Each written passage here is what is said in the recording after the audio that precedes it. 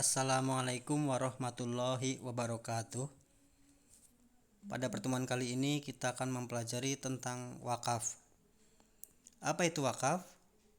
Wakaf menurut bahasa adalah menahan dan mencegah. Dalam arti lain, yaitu menahan atau mencegah untuk tidak dijual, dihadiahkan, ataupun diwariskan.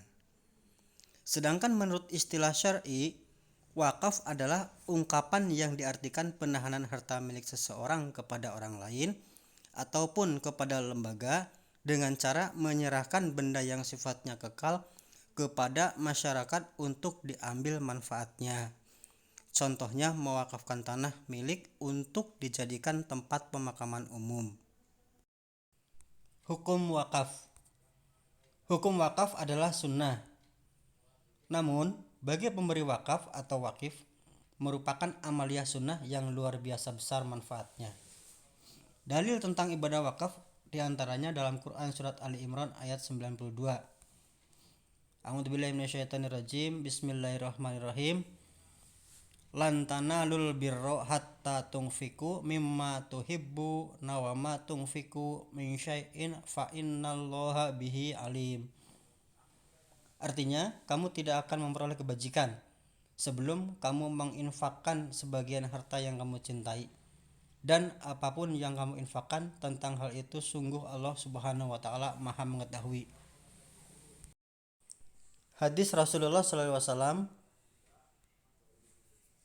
an Abi Hurairah anna Rasulullah qala idza matal insanu in qata'a amaluhu illa min salasin shadaqatin jariyah aw ilmin yutafa'u bihi aw waladin sholihin yad'u lahu. Artinya, dari Abu Hurairah bahwa Rasulullah SAW bersabda, apabila seseorang meninggal, maka amalannya terputus kecuali 3 perkara, yaitu sedekah jariah, ilmu yang bermanfaat, atau anak saleh yang mendoakannya. Hadis riwayat Bukhari dan Muslim. Rukun wakaf. Yang pertama, orang yang berwakaf. 2, benda yang diwakafkan. 3, orang yang menerima wakaf. Yang keempat, adanya ikrar.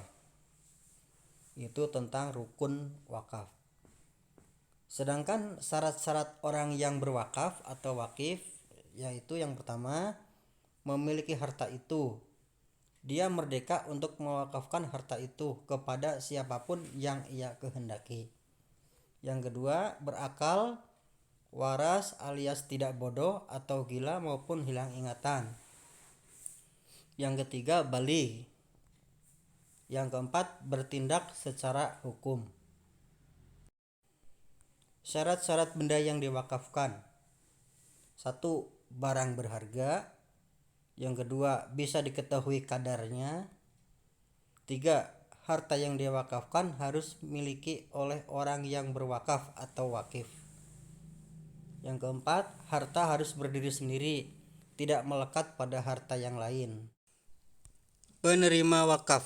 Yang pertama, tertentu atau muayyan, yaitu orang yang menerima wakaf jelas jumlahnya, baik seorang, 2 orang, ataupun sekelompok orang, dengan kriteria tertentu yang tidak boleh berubah. Persyaratan bagi yang menerima wakaf tersebut atau al-mauquf muayyan adalah orang yang boleh memiliki harta.